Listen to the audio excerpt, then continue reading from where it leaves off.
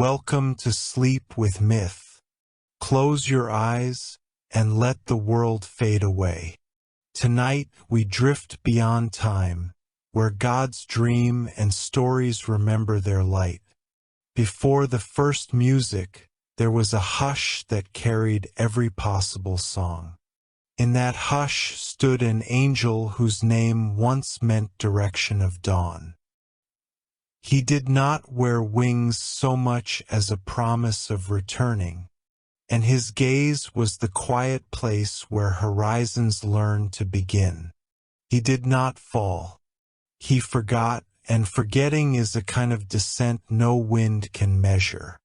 Heaven is not above. It is a way of listening.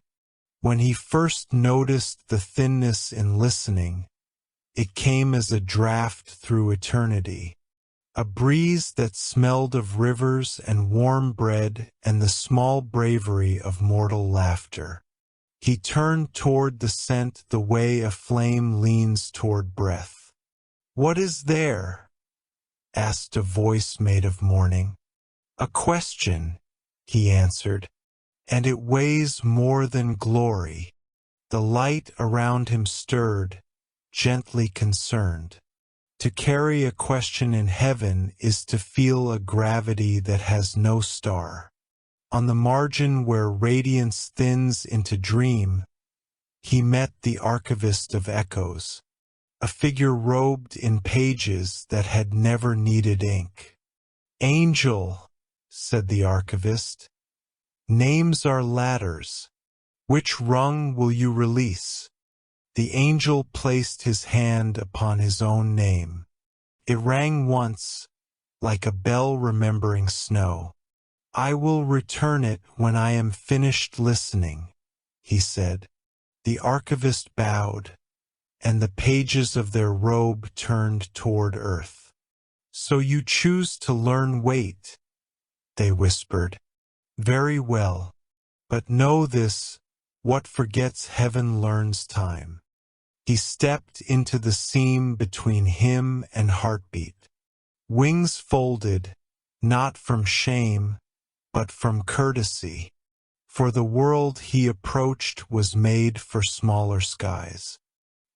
He passed fields where hours bloomed and withered, cities that braided noise into shelter, windows full of faces that glowed like uncertain stars. The farther he went, the more his brightness behaved. It gathered into a single lamp behind the ribs, and the bones, astonished, learned to cradle dawn. He arrived in winter. Snow fell with the patience of 1,000 opened books, each flake a letter that preferred silence.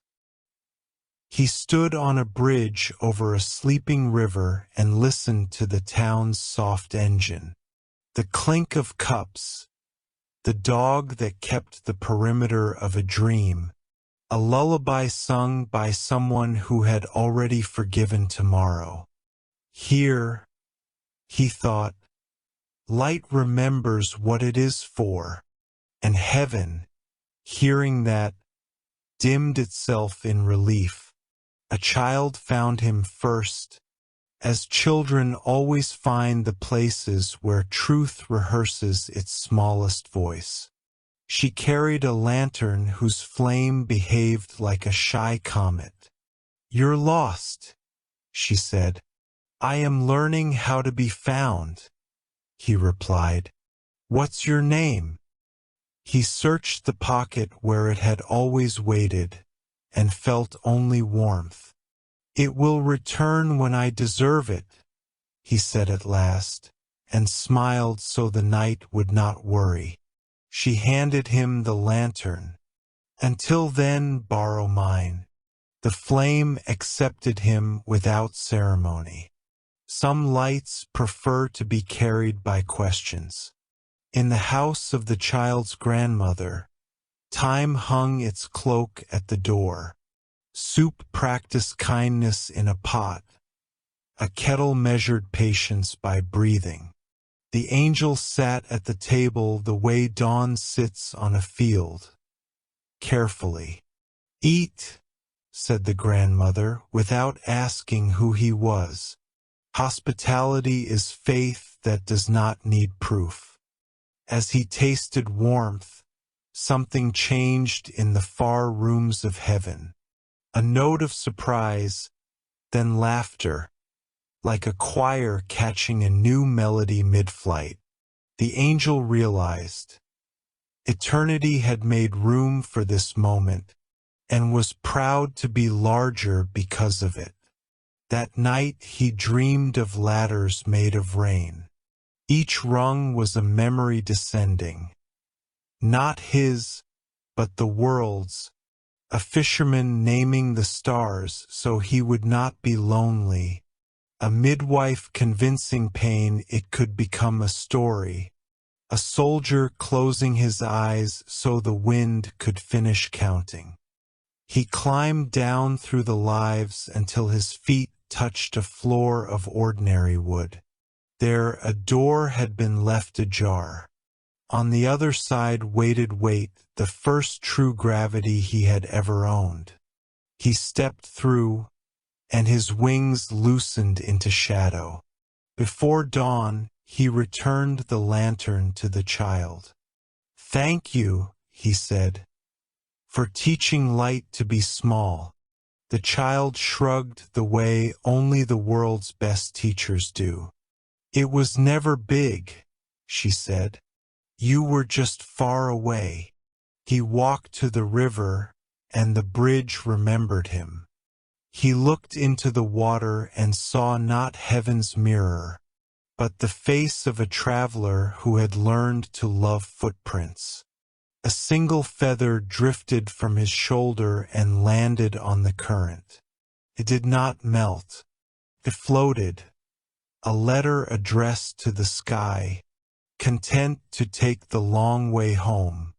Somewhere above him, choirs tuned themselves to snow. Somewhere within him, dawn practiced being a hand. And the angel, who had forgotten heaven so he could remember earth, felt the first gentle tug of a name beginning to return. Morning was born from the river the angel had watched all night. The ice broke with a sound like glass learning to sing, and the first colors of day crept through the mist like shy confessions. He walked through narrow streets where stone remembered fire. The town was small but awake in a way that felt ancient. Lanterns still burned though the sun had risen, as if every doorway refused to trust that light would stay. At the square stood a statue of a woman holding a broken mirror. No name was carved beneath her, only a sentence. "When the sky forgets itself, the earth remembers." The angel stared for a long time. He saw his reflection fractured 100 times across the mirror's surface, each version of him looking a little more human. A child from the market watched him with curiosity. "You look like her," the boy said. "Then perhaps she is the part of heaven that fell before me." The boy smiled as though he understood too much. "Then you should help her remember." He wandered through the market. People greeted him without knowing why, some out of habit, others out of hope. To walk with a heart that still glowed was to carry a lantern the world did not know it had built. He helped an old man lift a crate of oranges. He listened to a woman describe her dream of rain. Every small act left a trace of light behind him, a thin film of warmth on door and stone. No one noticed the change at first, the way light lingered after he had gone. But by nightfall the city was different. The walls breathed. The snow did not feel cold. And for the first time in centuries, The statue's mirror reflected the moon hole. That night, the angel dreamed of heaven again. But it was not the radiant cathedral of his birth. It was a corridor lined with doors, and each door had a window to earth. Through one, he saw the grandmother and child sleeping peacefully. Through another, he saw a field where an old dog waited for a voice it no longer feared. Through a third, he saw himself, not as an angel, but as a flicker within someone else's dream. A voice spoke from nowhere and everywhere. "Do you see now? Even light must cast a shadow to be seen." He woke with his heart aching in a way that felt like prayer. By dawn, word had spread of a stranger whose footsteps made snow glow. People began to leave small lamps in their windows, not for guidance but gratitude. Children whispered stories that their parents pretended not to believe. The angel passed through the streets quietly, his own light dim and steady. Each window he passed reflected his face for a moment, then released it. He did not take the light with him this time, he left it behind. The city no longer needed to borrow from the sky. It had learned its own luminosity. As he reached the edge of town, he found the boy again. The child pointed toward the river. "The mirror is shining," he said. The angel looked back. The statue no longer held a broken mirror. It had become whole, reflecting the entire city like a second sun. He understood then. Light does not belong to heaven or earth. It belongs to the spaces between. He knelt beside the boy. "If I forget heaven entirely," he asked, "will it still remember me?" The boy shrugged and smiled. "Maybe heaven's just waiting to learn how to glow like us." The angel laughed quietly, the sound of dawn folding its hands. "Then perhaps," he said, "that was the lesson all along." And as he walked on, the city behind him stayed bright long after the sun rose. Beyond the bright city, where the air thinned into silence, the angel followed a road paved with ash and dew. The world was still waking. Frost clung to the grass like unspoken prayer. He felt lighter now, not because his wings had returned, but because he no longer needed them to move between heavens. The horizon blushed faintly. There, half hidden beneath clouds, lay a hill of dim light, the earth itself glowing as though cradling an afterthought of the cosmos. He walked toward it, each step humming softly, as if the ground remembered the shape of his first fall. The garden of fallen stars was not a place but a remembering. Each blossom was a remnant of something once bright, a spark that had touched the atmosphere and chosen not to return.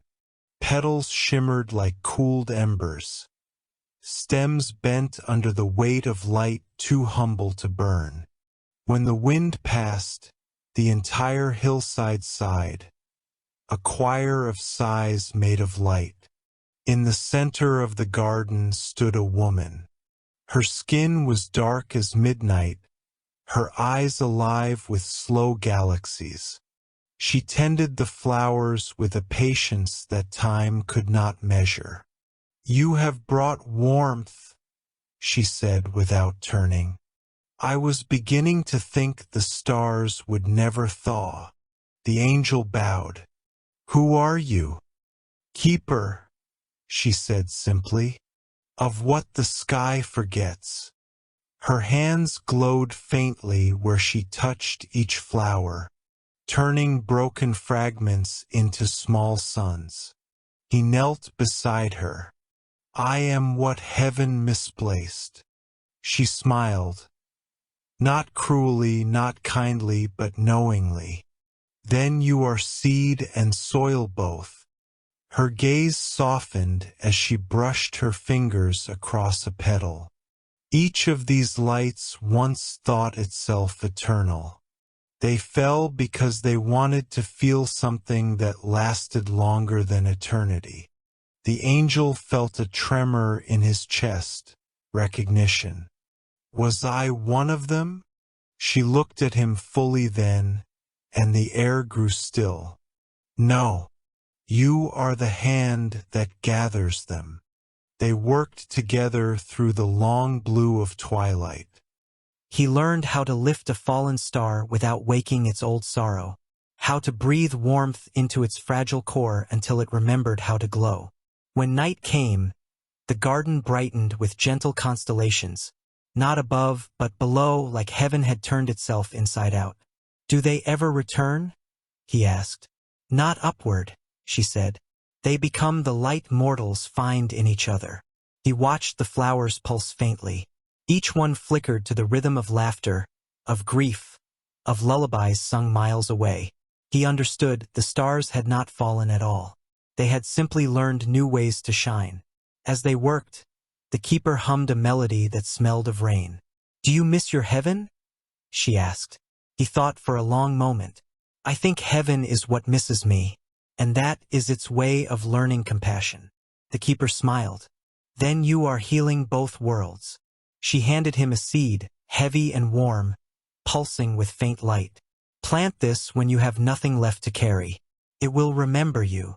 When dawn arrived, the garden dimmed, returning its light to the soil. The angel stood on the hill, the seed cupped in his palm. The keeper's voice drifted behind him. "Go where no one prays for light.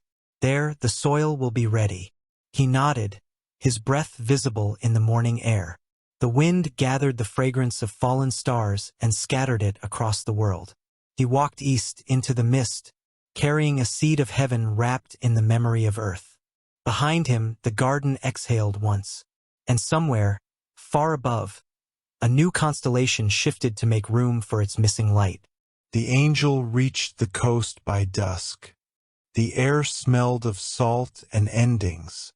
Waves rolled in with the patience of old memories, their crests glimmering faintly, as if carrying the ghosts of forgotten stars. He sat on a stone at the edge of the tide. Each wave arrived with a sound like breathing, not his own, but something older. It was as though the world itself sighed through the mouth of the ocean. He closed his eyes, and for a moment, he could not tell whether the sea was remembering him, or if he was remembering the sea. Night fell without warning. The horizon disappeared, and the water became a sheet of dark glass. When the moon rose, it broke into silver fragments, each one trembling on the surface like a trapped thought. From the water's edge came a whisper. "You carry something that does not belong to heaven or earth." He looked up.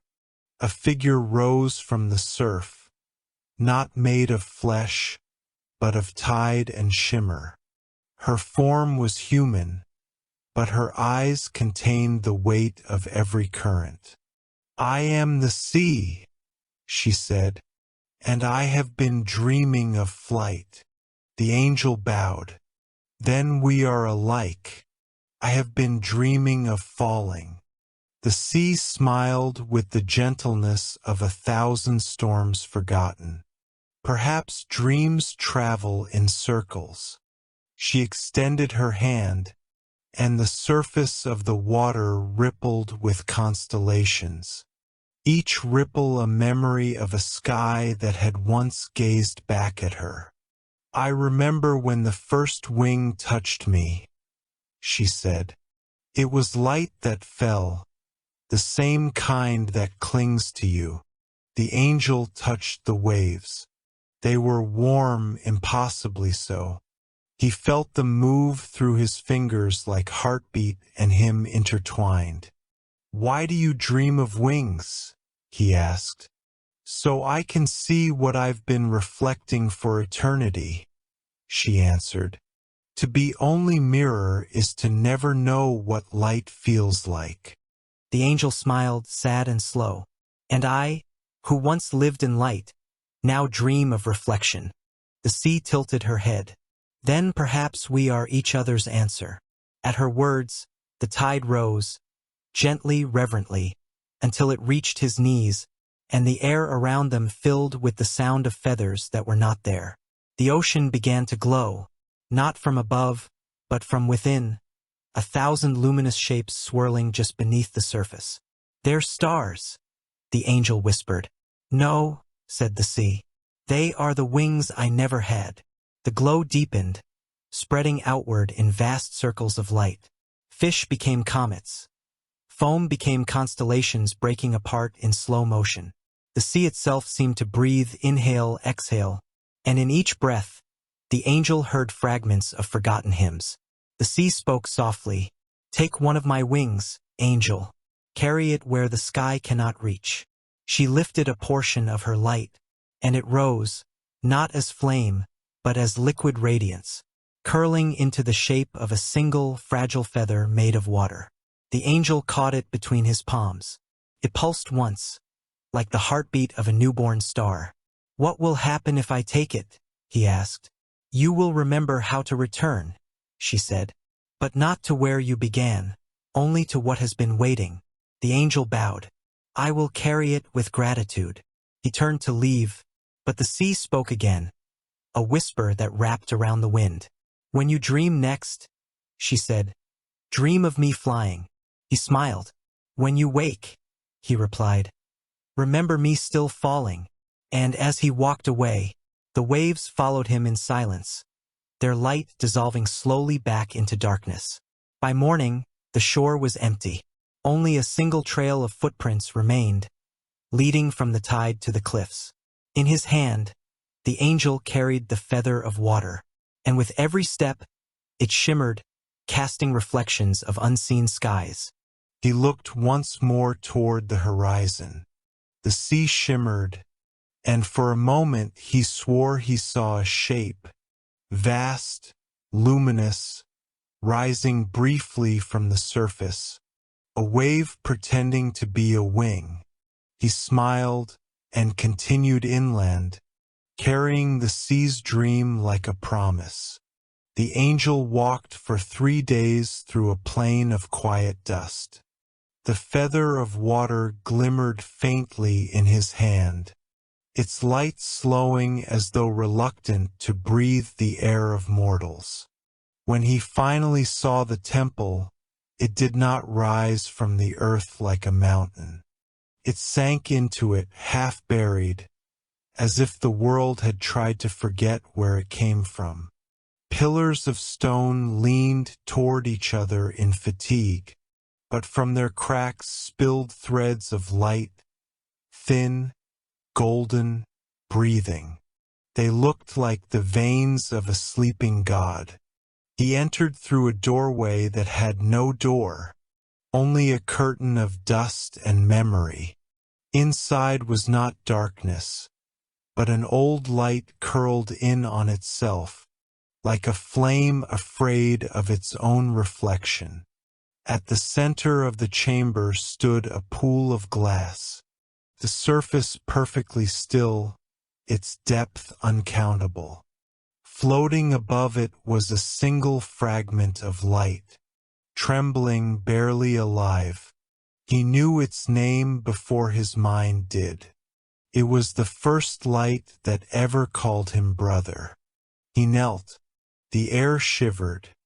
Every beam in the temple tilted slightly, as if to listen. "You should not be here," the light whispered. "I left heaven to remember what it means to see," he said. "And you, I stayed to remember what it means to be seen." The angel closed his eyes. Their words met between them. A prayer without direction, a bridge without promise. He held out the sea's feather. Its light responded instinctively, curling toward the dying fragment like one dream recognizing another. When the two touched, the temple breathed.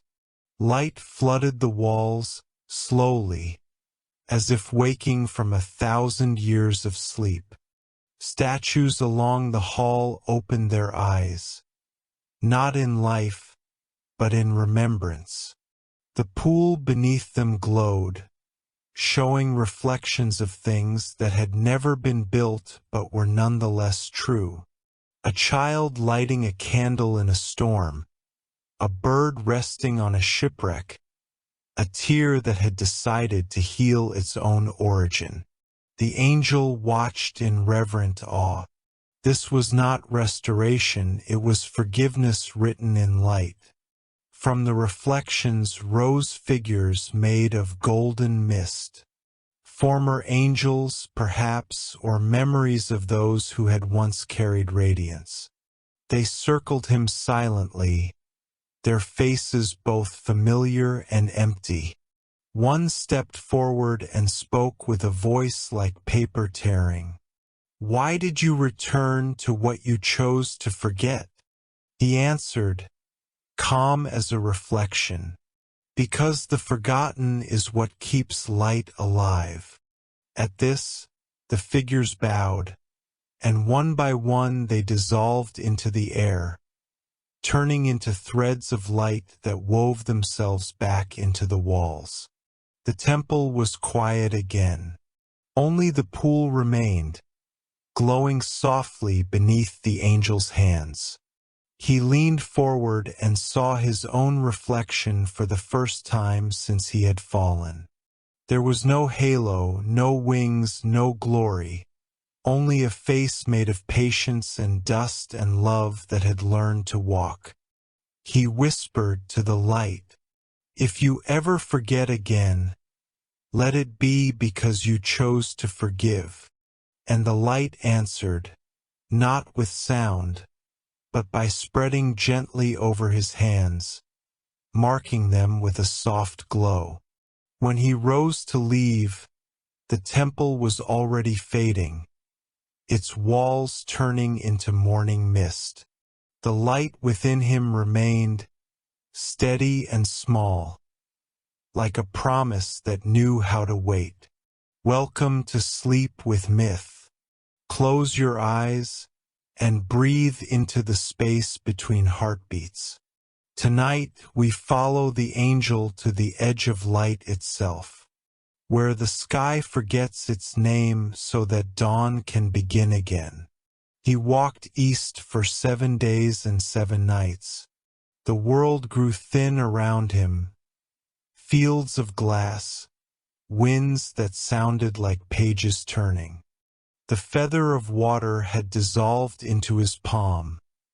Its light now moved with his pulse. Every step felt like breathing for a world that had forgotten how to inhale. Ahead lay a plain of mist, silver and soundless. Above it hovered a sky with no stars. Not dark, not bright, just waiting. He knew the place instantly. It was the threshold between memory and return. In the center of the plain stood a gate made of light that refused to glow. It was heaven's first forgotten door, closed not by force, but by grace. The angel approached. As he did, he heard the wind speak with the voices of everyone he had met. The child, the keeper of stars, the sea, the temple's light. They did not call his name. They simply breathed his journey back to him. When he stood before the gate, he placed his hand on it. It was warm, the same temperature as forgiveness. Heaven did not open with thunder or song. It opened with recognition, a soft sound, like a lantern blowing out in reverence. He stepped through and found himself not in radiance, but in twilight. Heaven had dimmed since he left, as if holding its breath for him. The other angels watched from a distance, their faces bright and empty like mirrors awaiting reflection. At their center stood the archivist of echoes. "You have returned with the weight you sought," the archivist said. "Do you remember your name?" The angel smiled softly. "I remember many names, None that belong to me alone. The archivist nodded. Then perhaps you have learned what heaven never could.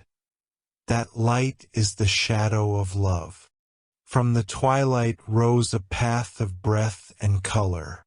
Every place he had been appeared around him at once.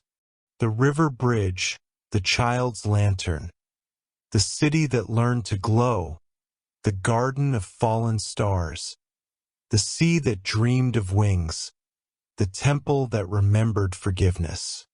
Each shimmered as if alive, their light tugging gently at the edges of heaven.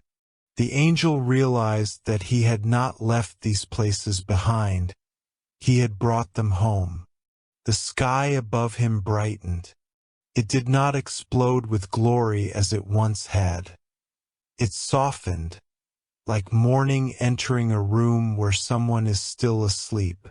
A new light rose, not from the throne, not from the choir, but from the angel himself. It was the sum of every small light he had helped remember its purpose.